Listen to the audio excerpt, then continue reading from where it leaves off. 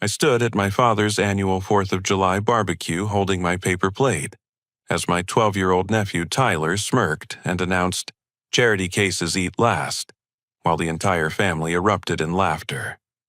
My brother David high-fived Tyler. My sister-in-law Amanda wiped tears from laughing, and even my 70-year-old father Frank chuckled while flipping burgers. I set my plate down on the picnic table, the sound of ceramic hitting wood cutting through their amusement. Without a word, I walked toward my truck, hearing my sister Jennifer call out mockingly, "Come on, Kent, it's just a joke." The drive home to my modest apartment felt like a funeral procession, every red light giving me more time to replay that moment when my own family treated me like some kind of burden they tolerated out of obligation. Tyler's words kept echoing in my head, but what hurt more was the genuine amusement in everyone's voices. Like watching me get humiliated was the highlight of their afternoon entertainment. As I pulled into the parking lot of my simple 2-bedroom apartment complex, I thought about how this perception had been building for the past 2 years since my divorce from Stephanie. My family had watched me move from our suburban house to this modest place, drive my old pickup truck instead of the luxury sedan I used to own, and wear casual clothes instead of expensive suits. What they didn't understand was that every single one of those changes had been my choice, not my circumstance. The truth was something I'd been keeping to myself since the divorce proceedings ended. While my family assumed Stephanie had cleaned me out in the settlement, the reality was far different. I'd actually retained most of my assets by structuring them through my business entities before we separated. The modest lifestyle wasn't forced on me by financial ruin. It was a deliberate decision to live simply and see people's true character without the complications that wealth brings to relationships. My phone started buzzing with text messages before I even made it through my front door. Jennifer had written, "Seriously, Kent, you're being way too sensitive. Tyler's just a kid." David added his own commentary. "Maybe if you developed a sense of humor about your situation, family gatherings would be more fun for everyone." Even my mother, Patricia, chimed in with her particular brand of concerned guilt. "Sweetheart, come back. I saved you a burger and some of that potato salad you like." Each message made my chest tighten with a combination of anger and disappointment. They genuinely believed they were being kind by tolerating my presence at family events, like I should be grateful for their charity and including me, despite my supposed financial failures. What made it worse was remembering all the small humiliations they'd subjected me to over the past 24 months, each one delivered with a smile and framed as helping family. There was the time at Jennifer's birthday dinner when Patricia loudly insisted on paying my portion of the bill at the restaurant, announcing to the entire table that Kent shouldn't worry about money right now. Or when David cornered me at Christmas to offer me a great opportunity, working for his insurance company, explaining that sometimes we have to swallow our pride and take what's available. The worst had been when Frank pulled me aside at Easter and whispered that he understood if I couldn't contribute to Tyler's baseball league fundraiser because everyone knows divorce lawyers take everything. Each incident had chipped away at my dignity, while they convinced themselves they were being supportive. They'd created this narrative where I was the family project, the cautionary tale about what happens when life goes wrong, and they were the generous relatives keeping me afloat through tough times.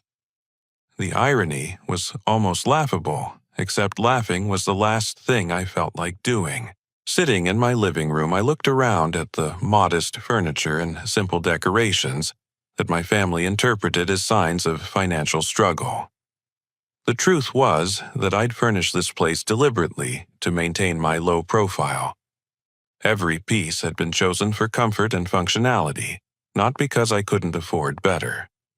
The expensive artwork was in storage, the luxury electronics were unnecessary for my current lifestyle, and the designer furniture would have sent the wrong message about my actual circumstances.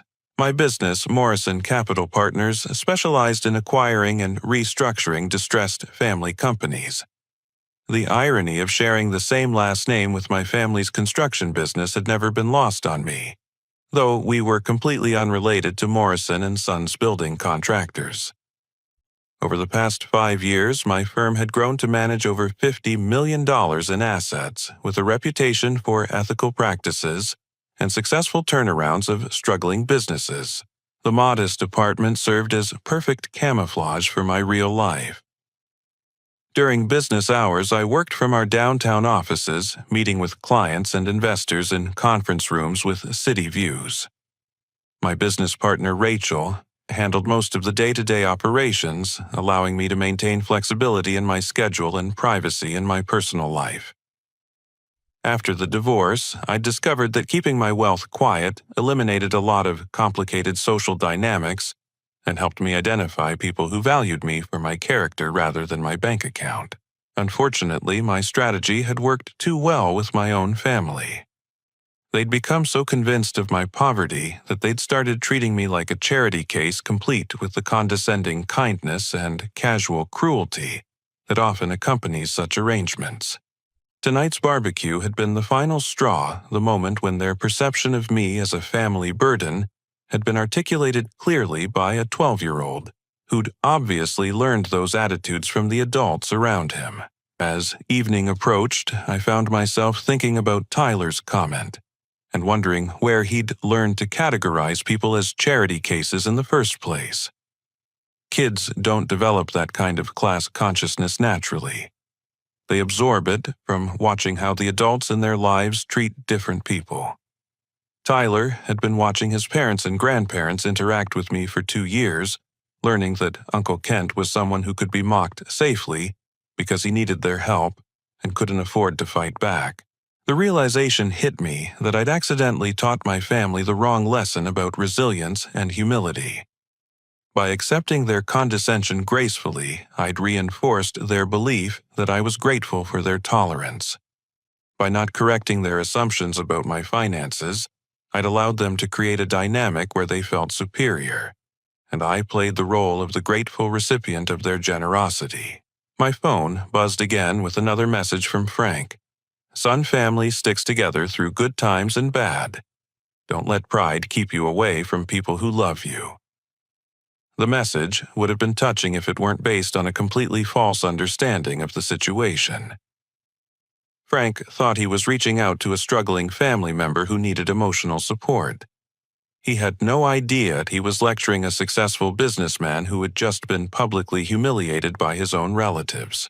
I spent the rest of the evening wondering how long this dynamic might have continued if Tyler hadn't articulated it so clearly. Would I have kept playing the role of the grateful poor relation indefinitely? Would my family have continued their patronizing kindness until it became a permanent fixture of our relationship? The thought of enduring years more of their charitable condescension made my stomach turn. That night, I made a decision that would change everything. I was done being their charity case, done accepting their version of who I was supposed to be, and definitely done pretending that their casual cruelty was acceptable because it came wrapped in family love. Tomorrow, I would start showing them exactly who Kent Morrison really was, and more importantly, what their charity case could actually do when pushed too far. The next morning brought an unexpected text message that changed everything. At 11:43 p.m., my phone had buzzed with a message from Frank. The business needs your investment. Can we talk tomorrow? I stared at the screen for several minutes, trying to process the audacity of asking for money from someone they'd been treating like a financial burden for 2 years. The timing felt almost deliberately cruel, coming just hours after Tyler's public humiliation and their collective laughter at my expense. Unable to sleep, I spent most of the night using my professional resources to investigate Morrison and Sons building contractors. What I discovered through industry databases and my network of contacts painted a picture of a family business in complete freefall. The company owed $253,000 to various suppliers, faced 3 active lawsuits from clients claiming project delays and cost overruns, and had lost their most lucrative contract when a shopping center development went 60% over budget. By 6 a.m., I was parked across the street from the Morrison and Sons offices, watching the daily drama unfold through my truck windows. David arrived first, immediately confronting two men in hard hats who appeared to be demanding payment for delivered materials. Even from a distance, I could see David's animated gestures and frustrated body language as he tried to negotiate with increasingly angry creditors. Jennifer showed up 20 minutes later, talking frantically on her phone while pacing back and forth in the parking lot. Through my passenger window, I watched her expression cycle through panic, desperation, and exhaustion as she handled what appeared to be multiple crisis calls simultaneously. Every few minutes, she would stop pacing to write notes on a pad, her pen moving rapidly as she documented whatever disasters were being reported from the other end of her conversations. Frank's arrival was the most telling.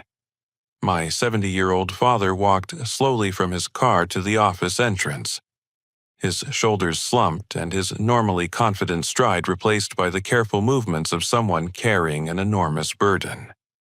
Through the office windows, I could see him settle at his desk and immediately bury his head in his hands, surrounded by stacks of papers that I assumed were unpaid bills and legal documents. Using my business connections, I spent the morning making discreet inquiries about Morrison and Sons' reputation in the local construction industry. The feedback was uniformly negative.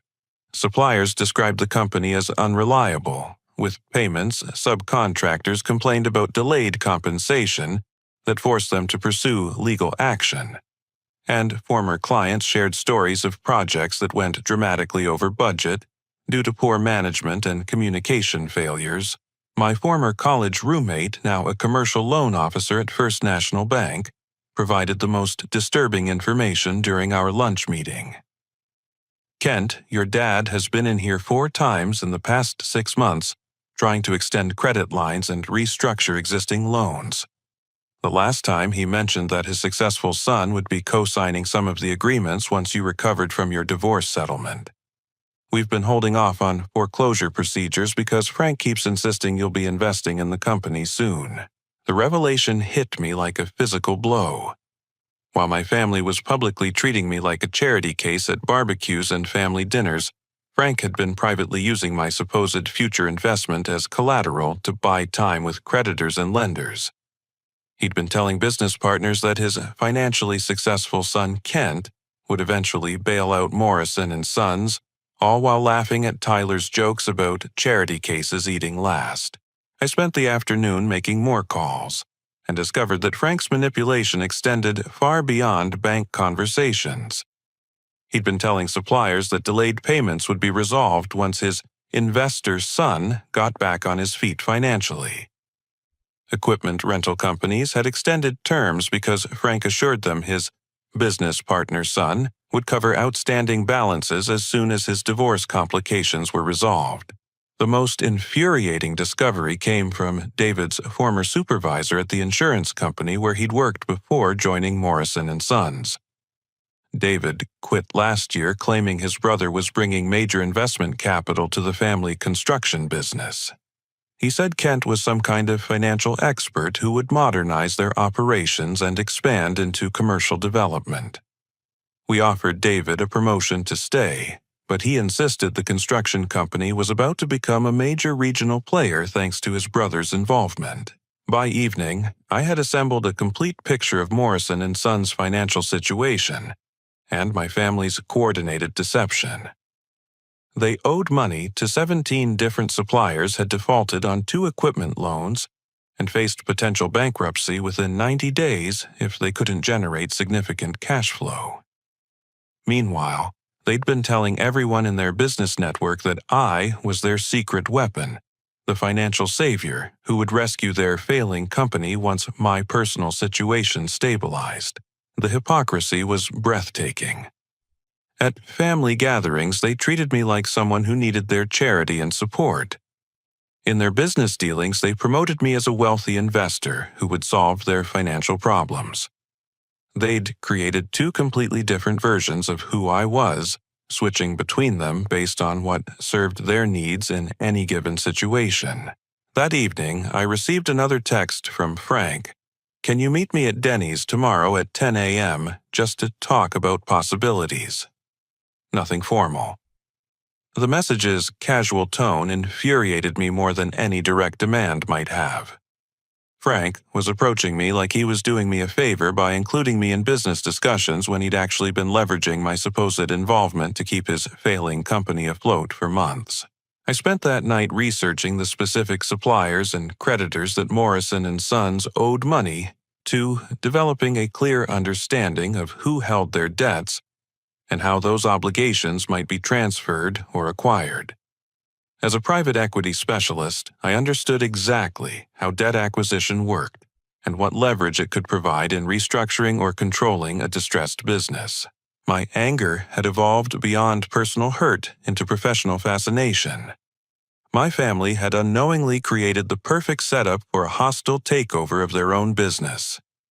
They'd spent months telling creditors that Kent Morrison was their financial backer, never imagining that Kent Morrison actually had the resources and expertise to acquire their debts and become their primary creditor overnight. The irony was almost artistic. They wanted Kent Morrison the investor to save Morrison & Sons, while treating Kent Morrison the family member like a burden they tolerated out of obligation. Tomorrow morning's meeting would be my first opportunity to show them that Kent Morrison, the investor, and Kent Morrison, the family member, were the same person, and that person was done being anyone's charity case. As I prepared for bed, I realized that Frank's text message had accomplished something Tyler's BBQ comment never could have. It had given me a legitimate business reason to get involved in their affairs, with full legal justification for any actions I might choose to take. They'd invited me into their financial crisis. Now they would discover exactly what kind of investor they'd been claiming as their secret partner all along. Frank chose a corner booth at Denny's where we could talk privately, his weathered hands fidgeting with a coffee cup that he'd barely touched since ordering.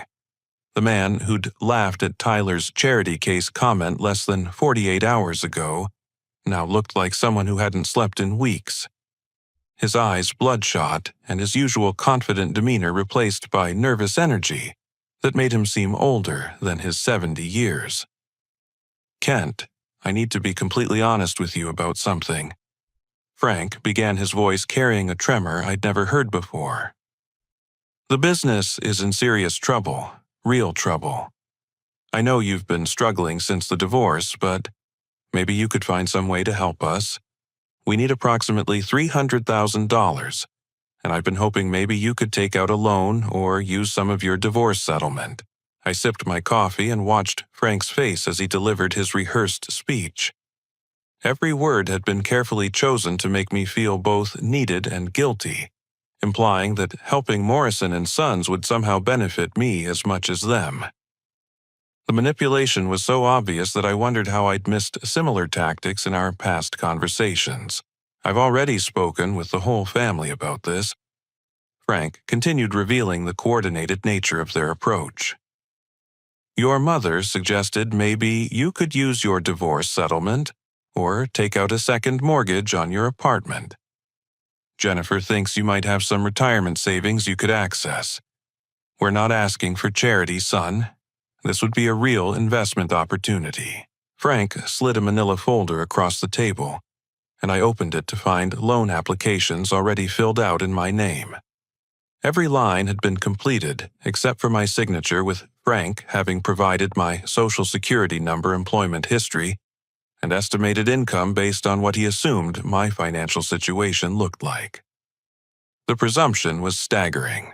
I took the liberty of getting the paperwork started. Frank explained, apparently unaware that preparing loan documents without someone's permission might be considered problematic. The bank said, with your credit history from before the divorce, you might still qualify for a substantial personal loan.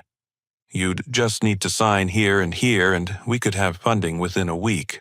As I read through the applications, Frank launched into his emotional manipulation strategy. "I remember when you were 8 years old, and wanted that blue Schwinn bicycle for Christmas. Your mother and I worked double shifts for 3 months to save up the money because we knew how much it meant to you. I never asked for anything back then, and I'm not really asking for me now. This is about preserving the family name, securing Tyler's future, and giving Jennifer's kids something to be proud of. The bicycle story was particularly galling because Frank had already used it on me twice in the past year, once when asking me to contribute to Tyler's baseball team, and again when requesting help with Patricia's medical bills. He'd recycled his emotional manipulation so often that he apparently couldn't remember which stories he'd already deployed against which targets. I know it's scary to take on debt when you're already struggling financially. Frank continued, his voice becoming more desperate with each sentence. But this could be your chance to be part of something bigger than yourself again.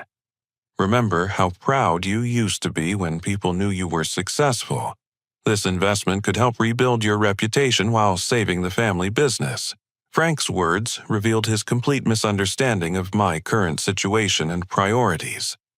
He assumed I missed being recognized for my wealth and status when I'd actually chosen anonymity and simplicity as preferable alternatives to the complications that accompanied public success. His entire pitch was based on offering me things I'd already rejected in favor of a different way of living. Your brother David thinks you might be too proud to ask for help, Frank said, delivering what he clearly considered his strongest argument. But I told him, you're a good son who understands sacrifice. You're not like some people who abandon family when things get difficult. You understand that family comes first even when it requires personal sacrifice. The comparison to unspecified people who abandon family was obviously meant to make me feel guilty about any reluctance to bankrupt myself for Morrison and Sons.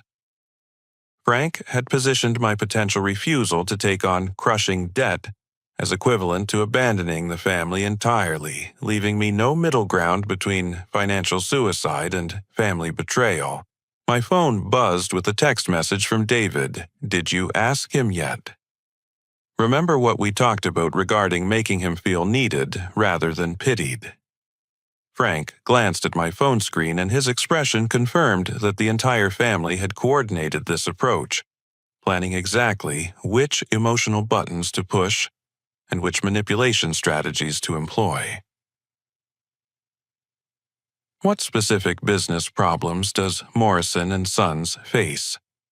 I asked, shifting the conversation toward concrete details. Frank's response revealed the depth of their troubles and his shocking lack of understanding about what had caused them. Well, we've had some cash flow issues since David joined the company full-time, Frank admitted reluctantly. That shopping center project went over budget when David miscalculated the foundation requirements.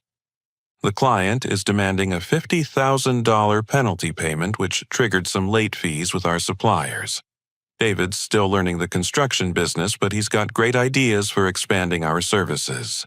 Frank's casual dismissal of David's costly mistakes as learning experiences showed exactly why Morrison and Sons was failing. David had quit a stable insurance job to join a construction company where he had no experience or training, and Frank had given him responsibility for major projects without proper supervision or education. The $50,000 penalty wasn't bad luck. It was the predictable result of putting an unqualified person in charge of complex construction operations. We also lost our business insurance when we missed a few premium payments. Frank continued, apparently unaware that operating a construction company without proper insurance was both illegal and financially suicidal. And some of our equipment got repossessed when we couldn't make the monthly payments. But those are just temporary setbacks. Once we get some working capital, we can resolve all these issues quickly. Frank's explanations revealed a pattern of cascading failures caused by poor management and wishful thinking rather than bad luck or market conditions. They'd defaulted on insurance payments, lost essential equipment, and faced legal penalties, all while Frank convinced himself these were minor problems that money could easily solve. The most important thing, Frank concluded, is that we act quickly. Some of our creditors are getting impatient and we can't afford to lose more suppliers. But if you could help us with this loan, we'd be back on solid footing within 6 months. You'd get your money back with interest, plus you'd have the satisfaction of knowing you saved the family business. Frank's timeline was pure fantasy. Companies facing the problems he described don't recover in 6 months. They usually require years of careful management and significant operational changes to become profitable again. His promise that I'd be repaid quickly was either deliberate deception or dangerous self-delusion. As Frank finished his pitch, I realized he genuinely believed he was offering me an opportunity, rather than asking me to sacrifice my financial security for his family's benefit. In his mind, the chance to invest in Morrison & Sons was a gift he was generously providing to his struggling son, not a desperate plea for help from a failing business owner. The meeting ended with Frank's expectation that I would take the loan applications home to consider them seriously. Just think about it, son. Family helping family. That's what we do for each other. His final words carried the implied threat that refusing would mark me as someone who doesn't prioritize family relationships, completing his manipulation strategy with emotional blackmail disguised as moral guidance. Driving home from Denny's, I understood that Frank's request had inadvertently provided me with everything I needed to take decisive action. He'd revealed Morrison & Sons' complete financial situation, demonstrated the family's coordinated manipulation tactics, and handed me legal documents showing exactly how they planned to exploit my supposed desperation. Most importantly, he'd shown me that they viewed me as both their financial salvation and their emotional victim, a contradiction that would soon become impossible to maintain. The next 48 hours transformed me from an angry family member into a focused business professional, conducting the most important acquisition research of my career.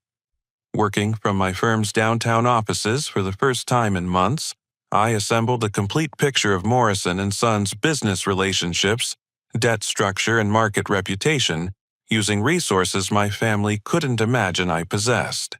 My business partner, Rachel, immediately understood the strategic implications when I explained the situation. You want to acquire their debts before revealing your identity. That's brilliant, Kent. They'll discover they've been manipulating their own biggest creditor while treating him like a charity case. The irony is almost perfect. Using Morrison Capital Partners' legal team and private investigation resources, we began systematically documenting every aspect of my family's financial crisis and the lies they'd told to extend their credit relationships. The private investigator, Marcus Webb, specialized in corporate fraud investigations and approached the project with professional thoroughness that uncovered details I never would have discovered independently. Within 24 hours, Marcus had obtained recorded phone conversations between David and 3 different potential investors, all featuring David's promises that his brother, the equity specialist, would guarantee their investments in Morrison & Sons. In one particularly damaging recording, David told a commercial development company, "Kent's just playing things close to the vest until his divorce settlement finalizes. Once he's ready to go public with his involvement, you'll see Morrison & Sons become a major regional player overnight." The recordings revealed that David had scheduled meetings with investors for the following week, planning to surprise me by announcing my participation in deals I'd never agreed to participate in. He'd created a scenario where my refusal to honor his commitments would make me appear unreliable and dishonest to legitimate business partners who might have offered real opportunities for Morrison & Sons. Even more disturbing, Marcus discovered email exchanges between Amanda and Jennifer, planning Tyler's Charity Cases Eat Last comment as psychological preparation for Frank's investment request. Amanda had written, "Tyler practicing his joke about poor people is hilarious. It'll put Kent in the right mindset to be grateful when Frank offers him a chance to be useful to the family again." Jennifer's response was equally revealing. Perfect timing. If Kent feels bad about being a burden at the barbecue, he'll be more motivated to prove his value by helping with the business crisis. Dad says the guilt approach works better than direct requests with Kent because he's naturally eager to please. The email evidence proved that Tyler's humiliating comment wasn't spontaneous childhood cruelty. It was a coordinated adult manipulation designed to make me feel grateful for any opportunity to redeem myself in the family's eyes. They'd used a 12-year-old child to deliver psychological warfare against his own uncle, teaching Tyler that cruelty could be a useful tool for controlling other people's behavior. Marcus also uncovered the extent of my family's lies about my supposed financial struggles within their social and business circles. Patricia had been telling her church prayer group that I was learning humility through financial hardship and requesting prayers for my spiritual growth through adversity. Jennifer had informed her real estate clients that her brother was rebuilding his life after losing everything in a divorce, and asked for referrals to anyone who might need bookkeeping or consulting services. Most painfully, Frank had been sharing details about my supposed poverty, with his golf buddies describing my fall from grace as a cautionary tale about overconfidence and poor financial planning. According to Marcus's sources, Frank regularly used my situation as an example of why successful people should remain humble and maintain family relationships regardless of their financial status. The contradiction between my family's public narrative and their private expectations became even more stark when Marcus obtained Frank's conversations with Morrison and Sons creditors. Frank had been telling suppliers that payment delays were temporary because his investor son would be providing significant capital injection once his personal situation stabilized. Equipment rental companies had extended terms because Frank assured them his business partner's son would guarantee all outstanding obligations. Through careful analysis of these recorded conversations and documented communications, we discovered that my family had created two completely incompatible versions of my circumstances. To justify their condescending treatment at family gatherings, they promoted me as a struggling divorced man who needed their charity and support. To maintain creditor relationships and avoid bankruptcy, they described me as a wealthy investor who would soon rescue Morrison and Sons from financial ruin. The legal implications were staggering. Frank had essentially committed fraud by misrepresenting my involvement in Morrison and Sons to creditors and potential business partners. David had scheduled meetings based on promises he couldn't deliver, creating potential liability for breach of contract and misrepresentation. Jennifer's real estate activities included soliciting business opportunities using false information about my circumstances, which could jeopardize her professional license. Rachel and our legal team began preparing documentation for debt acquisition procedures, while Marcus continued gathering evidence of my family's deceptive practices. We identified every supplier, creditor, and service provider that Morrison and Sons owed money to, along with the specific amounts and payment schedules for each obligation. The most valuable discovery was that most of Morrison and Sons creditors were small local businesses who needed immediate cash flow more than they needed to collect the full amounts owed. Our preliminary inquiries revealed that many suppliers would be willing to sell their outstanding invoices for 60 to 70 cents on the dollar, allowing them to resolve cash flow problems immediately while transferring legal ownership of the debts to Morrison Capital Partners. By Friday afternoon, we had assembled a comprehensive acquisition strategy that would make me Morrison and Sons' primary creditor within a week. The plan involved purchasing their outstanding debts at discounted rates from frustrated suppliers, acquiring the promissory notes Frank had signed with private lenders, and buying the defaulted equipment loans from the finance companies that had already repossessed some of their construction machinery. The beauty of the strategy was its complete legality and business legitimacy. Debt acquisition is a standard practice in corporate restructuring, and my family had inadvertently positioned themselves as ideal targets by owing money to multiple small creditors who needed immediate payment. By becoming their primary creditor, I would gain legal authority to demand immediate payment or seize company assets as collateral, giving me complete control over Morrison and Sons' future operations. Marcus's final report included detailed documentation of my family's coordinated deception, recorded evidence of their manipulation tactics, and legal analysis of their fraudulent representations to creditors and business partners. The evidence was so comprehensive that it could support civil litigation if I chose to pursue legal remedies for their misrepresentation of my involvement in their business affairs. As I reviewed the investigation results, I realized my family had unknowingly provided me with everything needed to teach them a lesson about respect, honesty, and the consequences of treating family members as expendable resources. They'd created the perfect scenario for demonstrating exactly what Kent Morrison was capable of accomplishing when he stopped pretending to be their charity case and started behaving like the successful businessman he actually was.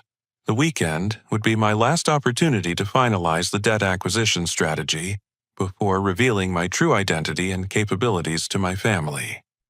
By Monday morning, Morrison and Sons would discover that their financial crisis had just become significantly more complicated, and their most important creditor was someone they'd been treating like a burden they tolerated out of family obligation. Monday morning brought the culmination of everything I'd been planning since walking out of that barbecue.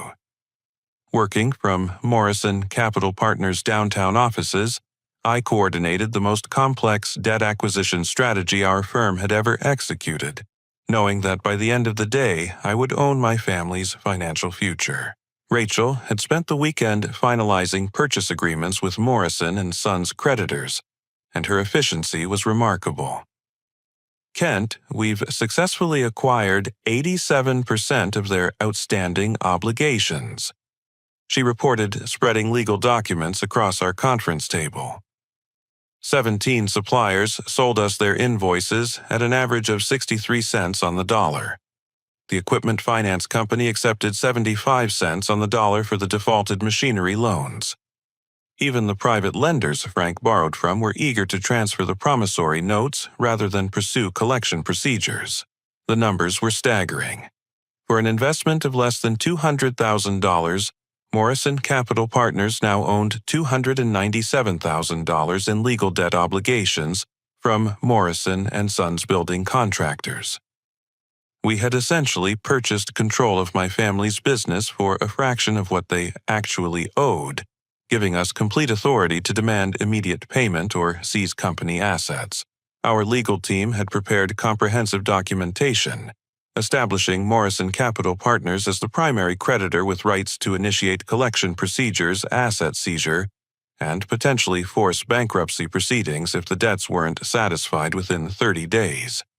Every transaction was perfectly legal and professionally executed following standard industry practices for distressed debt acquisition. The beautiful part, Rachel explained, is that your family's own misrepresentations about your involvement helped us complete these acquisitions. Several creditors mentioned that Frank had told them his investor son would eventually guarantee these obligations, so they were actually relieved to sell the debts to an established equity firm rather than continue pursuing collection from a failing construction company. Marcus had prepared detailed portfolios documenting Morrison and Sons' business relationships, my family's deceptive practices, and the evidence of their coordinated manipulation campaign. The portfolios included transcripts of recorded conversations, copies of fraudulent representations to creditors, and documented proof of their psychological warfare tactics against me personally. The final element of our strategy involved carefully timing the delivery of legal notices to maximize their emotional and psychological impact. Rather than simply mailing documents, we arranged for professional process servers to deliver comprehensive packages simultaneously to Morrison and Sons offices, Frank's residence, David's home, and Jennifer's real estate office. Each package contained multiple documents: formal notice of debt transfer to Morrison Capital Partners, demand for immediate payment of outstanding obligations, detailed schedules of assets subject to potential seizure, and comprehensive information about our firm's capabilities and track record. The coordinated delivery would ensure my entire family learned about their new reality at exactly the same time, preventing them from developing coordinated responses or manipulation strategies. Rachel had also prepared detailed financial profiles of Morrison Capital Partners, including photographs of our offices, credentials of our staff, and documentation of our successful acquisitions and business turnarounds. This information would help my family understand exactly who they'd been treating as their charity case, while depending on his fictional involvement to maintain their creditor relationships. I've never seen someone accidentally create such perfect conditions for their own hostile takeover, Rachel observed as we reviewed the final documentation. They spent months telling creditors that Kent Morrison was their financial backer, never imagining that Kent Morrison actually had the resources to acquire their debts and control their company overnight. The irony was indeed remarkable. My family had unknowingly provided me with complete information about their financial vulnerabilities, while positioning me as both their salvation and their victim. They'd created two contradictory narratives about my circumstances, and now they would discover that the successful investor they'd been promising to creditors was the same person they'd been treating like a family burden. As our team finalized preparations for Monday's coordinated delivery, I reflected on how this situation had evolved from personal hurt into professional opportunity. My family's manipulation and deception had taught them to see me as someone who could be exploited safely, but they were about to learn that exploiting a private equity specialist while misrepresenting his involvement in your business affairs was a remarkably dangerous mistake. The weekend provided my last opportunity to consider alternative approaches. I could have simply revealed my wealth and success without acquiring their debts, but that would have allowed them to maintain their victim mentality while potentially continuing their manipulative behavior. I could have offered direct financial assistance, but that would have reinforced their belief that I was available to solve problems they'd created through poor decisions and dishonest practices. Instead, the debt acquisition strategy would force them to confront the consequences of their actions while providing clear evidence that their assumptions about my capabilities were completely wrong. They would learn simultaneously that I didn't need their charity and that they desperately needed my professional expertise to avoid financial ruin. Sunday evening, I drove past my modest apartment complex one final time before moving to my actual residence in the upscale Meadowbrook neighborhood. The apartment had served its purpose as camouflage for my real lifestyle, but maintaining that deception was no longer necessary or beneficial. Tomorrow, my family would discover exactly who Kent Morrison really was, and pretending to be their charity case would become impossible. I packed the few personal belongings I'd kept at the apartment, symbolically closing the chapter of my life where I'd allowed other people's assumptions to define my role in their narratives. The simple furniture and basic electronics would be donated to charity, while the expensive items I'd kept in storage would be returned to my actual home. As I looked around the empty apartment for the last time, I realized that this space had represented more than just affordable housing. It had been my refuge from the complications of wealth, my experiment in living simply, and my unintentional laboratory for observing how people treated those they perceived as less successful than themselves. Tomorrow would mark the beginning of a completely different relationship with my family, one based on honesty rather than assumptions, respect rather than condescension, and genuine business partnerships rather than manipulative charity arrangements. They were about to learn that the charity case they'd been laughing at was actually the successful businessman they'd been lying about to their creditors, and that person was no longer willing to tolerate their treatment or enable their deceptive practices. The next morning would bring the reckoning my family had unknowingly been preparing for since that moment when Tyler announced that charity cases eat last, and everyone found it hilarious. Their laughter was about to turn into something very different when they discovered exactly what their charity case was capable of accomplishing. Monday morning arrived with the precision of a military operation. At exactly 9 a.m., professional couriers delivered identical packages to Morrison and Sons Construction, Frank's house on Maple Street, David's residence in the Riverside development, and Jennifer's Century 21 real estate office downtown. The timing was calculated to ensure my entire family received their new reality simultaneously, preventing any opportunity for them to coordinate responses or develop unified manipulation strategies.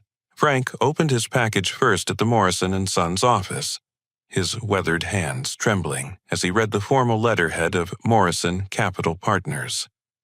The demand letter was professionally written but unambiguous. Notice is hereby given that Morrison Capital Partners has acquired the outstanding obligations of Morrison and Sons Building Contractors, totaling $297,462. Immediate payment is required within 30 days of this notice, or collection procedures will commence as permitted by law. David received his documents while drinking coffee in his kitchen, nearly spilling the hot liquid when he saw his name listed as a personal guarantor on equipment loans that had been transferred to an unknown equity firm. The legal language was clear and terrifying. His house could be subject to lien procedures if the corporate debts weren't satisfied within the specified time frame. At her real estate office, Jennifer opened her package in front of two colleagues who watched her face turn white as she read that her secondary guarantee on one of Frank's emergency loans had been purchased by Morrison Capital Partners. The document included detailed asset seizure schedules and collection procedures that could destroy her professional reputation if implemented publicly.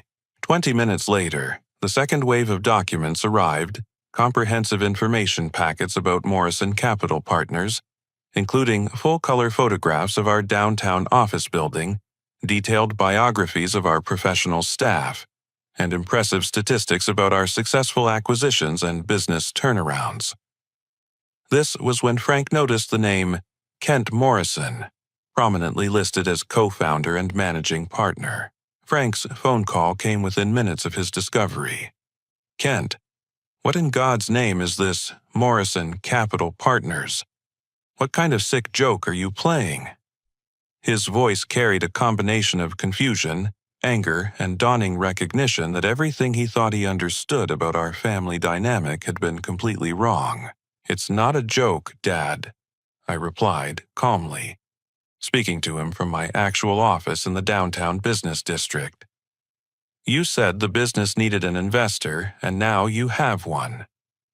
I'm Morrison and Sons' biggest creditor, which makes me your most important business partner, whether you like it or not." Within an hour, my entire family had converged on the Morrison and Sons office, their faces showing various stages of shock, confusion, and mounting panic. David arrived first, clutching his legal documents and demanding explanations that Frank couldn't provide.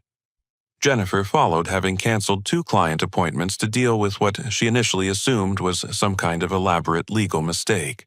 Patricia was the last to arrive, summoned by frantic phone calls from her adult children, who needed her emotional support while processing the complete collapse of their understanding about our family relationships. She looked around the construction office like she was visiting an alien planet, struggling to connect the modest Kent she'd been taking to dinner out of charity with the successful businessman described in the Morrison Capital Partners documentation. "I don't understand any of this," Patricia said, looking directly at me as if I were a stranger wearing her son's face. "Where did you get this money? How long have you been lying to us about who you are? I never lied to anyone." I responded, maintaining the calm, professional demeanor I used during difficult business negotiations. "You all decided I was broke and struggling after my divorce. You created that narrative because it made you feel better about yourselves, and I allowed you to maintain it because it revealed your true character." Frank sputtered. "But the apartment, the old truck, the way you dress, the way what, Dad? The way I chose to live simply instead of flashing wealth around like some kind of status symbol. The way I decided that material possessions don't determine someone's worth or value. You mistook humility for poverty, because you wanted to feel superior to someone. David stood up aggressively, his insurance salesman training failing him completely in this situation. So, what happens now? You're going to destroy us over a stupid comment Tyler made at a barbecue. You're going to ruin your own family because of a joke. Tyler's comment wasn't the problem, I replied, my voice remaining steady despite the emotional intensity of the moment. The problem was that every single one of you laughed. The problem was that you've spent 2 years treating me like a burden you tolerate out of family obligation.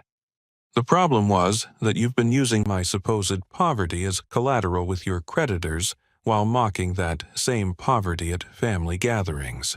Jennifer began crying, her carefully applied makeup running down her cheeks as the full implications of our reversed relationship became clear.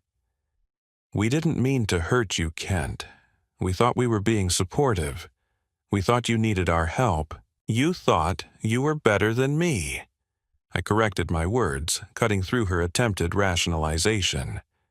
You enjoyed feeling superior to someone, and I was convenient for that purpose. You turned family dinners into charity events where you got to play the generous relatives helping their struggling brother. Frank tried to regain control of the conversation by appealing to traditional family hierarchies. Son, regardless of whatever success you've had, I'm still your father, and this is still our family business. We can work this out like adults without involving lawyers and legal threats. We absolutely can work this out. I agreed, surprising everyone with my willingness to negotiate. But we're going to work it out based on honest business principles rather than family manipulation tactics. You're going to decide whether you want a genuine business partnership with someone who has the resources to save Morrison and Sons, or whether you want to continue treating me like your charity project while expecting me to solve problems you created through poor management. The silence that followed was deafening. For the first time in 2 years, my family was forced to see me as an equal rather than someone they needed to help or fix. The power dynamic had shifted completely, and they were struggling to adapt to a reality where Kent Morrison wasn't their grateful charity case, but rather their potential business partner who held their financial future in his hands. David was the first to speak, his voice much quieter than his earlier aggressive challenge. What would a business partnership look like? What would you expect from us? First, you'd need to acknowledge what you've been doing for the past 2 years and take responsibility for how you've treated me, I replied. Second, you'd need to commit to learning proper business management instead of assuming that good intentions can replace professional competence. Third, you'd need to understand that business partnerships require mutual respect, not family hierarchy or emotional manipulation. Frank looked around the office at the legal documents scattered across his desk, the evidence of his company's financial failures, and the family members who were depending on his decisions to determine their future.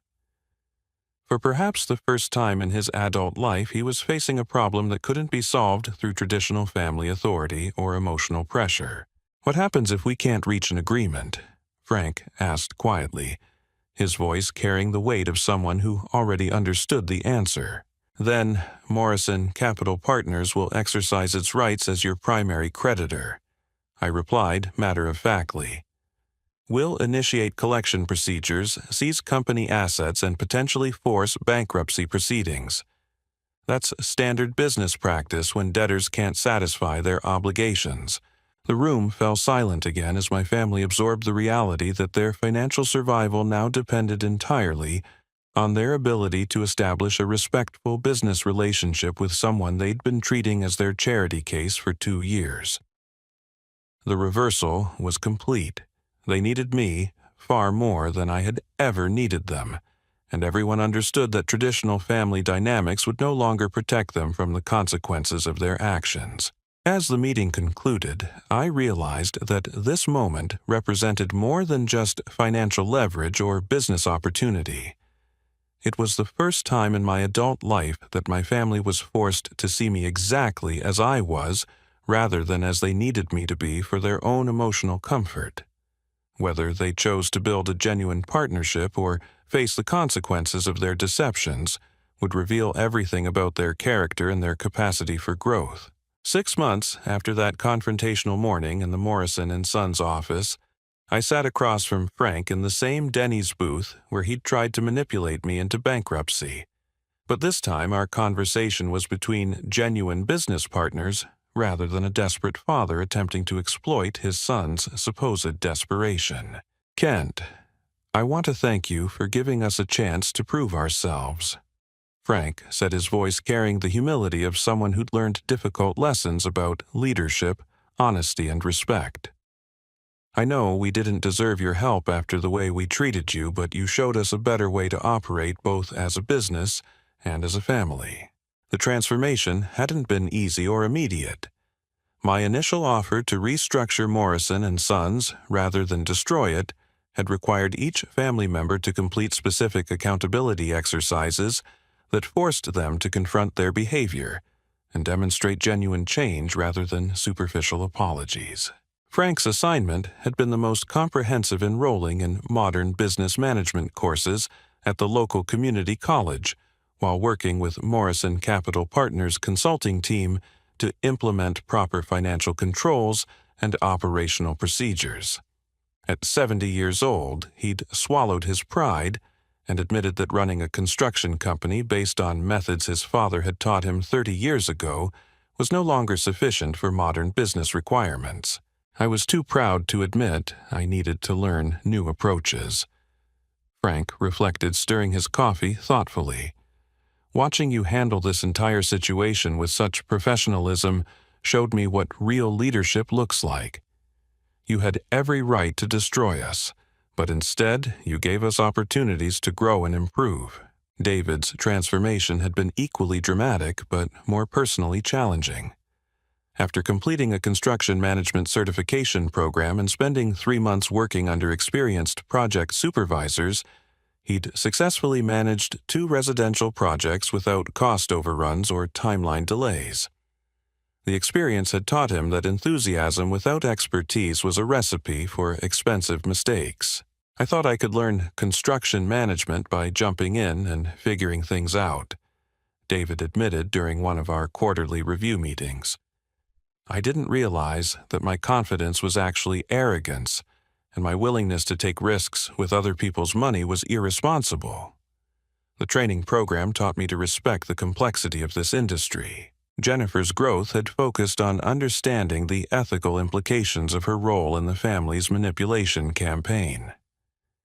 As part of her accountability process, she'd written detailed letters to each family member acknowledging her participation in planning Tyler's humiliating barbecue comment and her coordination of guilt-based manipulation tactics. "I convinced myself that we were helping you by making you feel needed," Jennifer had written in her letter to me.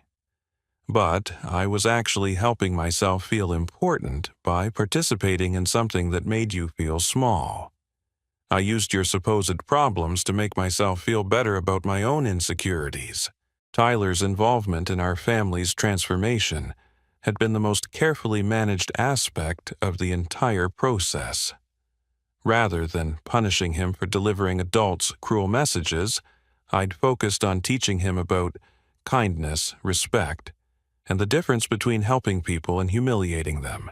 Tyler had voluntarily started working at a local food bank on weekends initially, as part of understanding what actual charity work looked like compared to his family's condescending version of helping.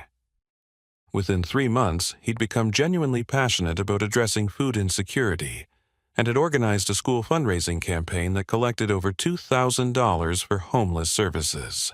"Uncle Kent taught me that making fun of someone for being poor is wrong," Tyler had written in his own accountability letter. "But more importantly, he showed me that being rich or poor doesn't matter as much as being kind to people. I want to be someone who helps people instead of making them feel bad about themselves."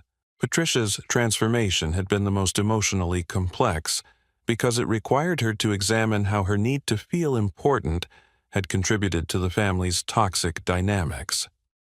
Her accountability process involved recognizing that treating me as a charity project had satisfied her desire to be needed, while allowing her to avoid addressing her own fears about aging and diminishing relevance. I enjoyed feeling like my successful son needed my help because it made me feel valuable, Patricia had acknowledged during one of our family therapy sessions. I didn't want to admit that you were doing fine without my guidance, so I created problems that required my attention. The business results had exceeded everyone's expectations. Under proper management and with adequate working capital, Morrison & Sons had completed its first profitable quarter in over 2 years.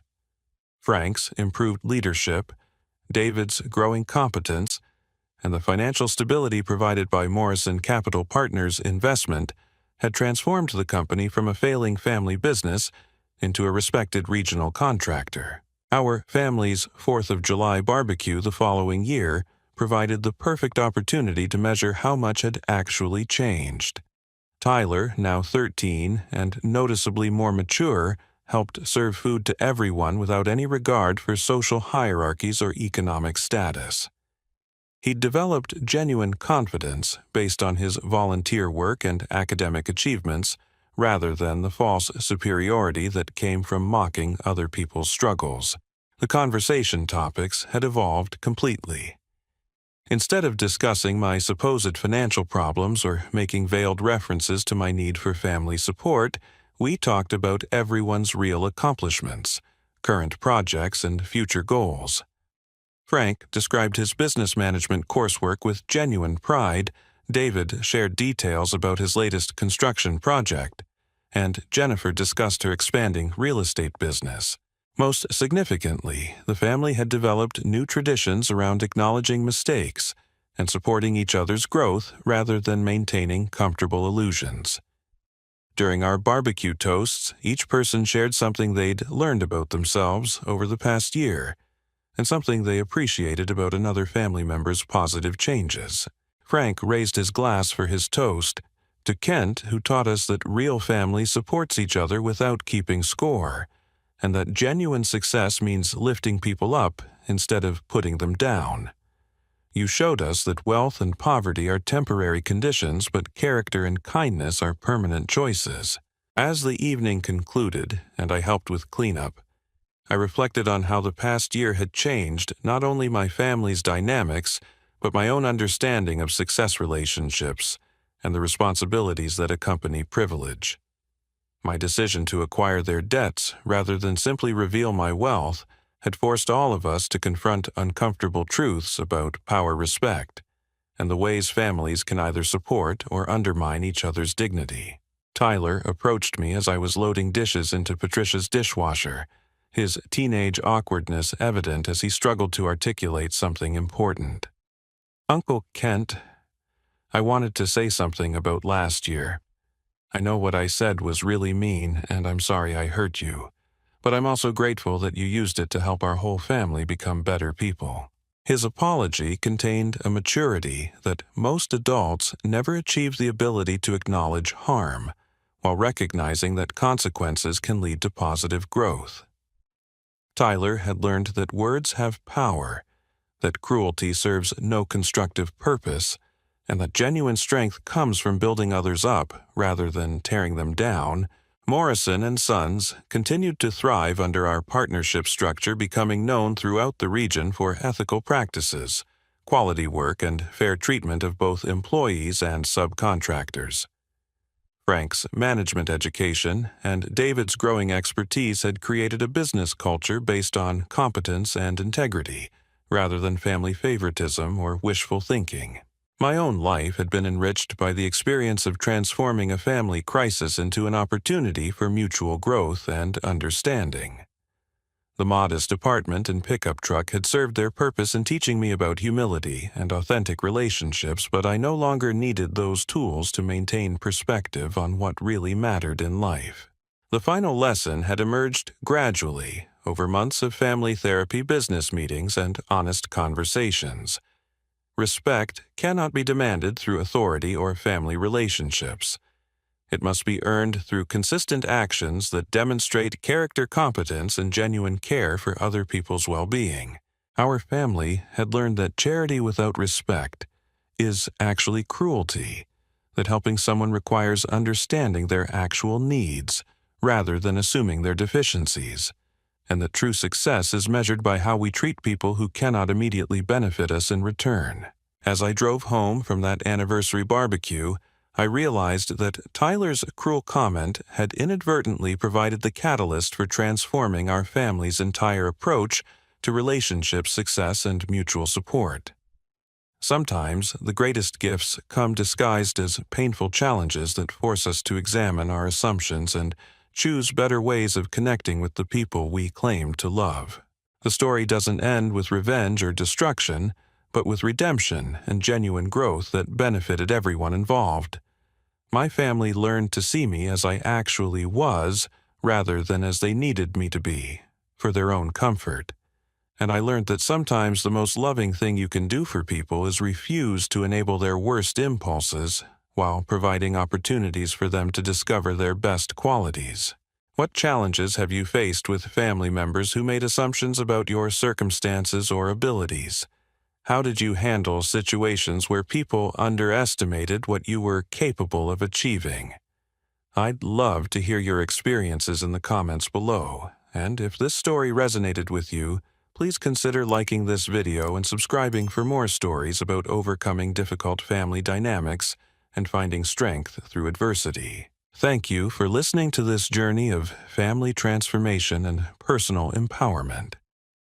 Remember that your worth isn't determined by other people's perceptions, and sometimes the most powerful response to disrespect is simply showing people exactly who you really are. Share this story with anyone who might benefit from understanding that charity cases don't always need charity, and that successful people don't always announce their success to everyone around them.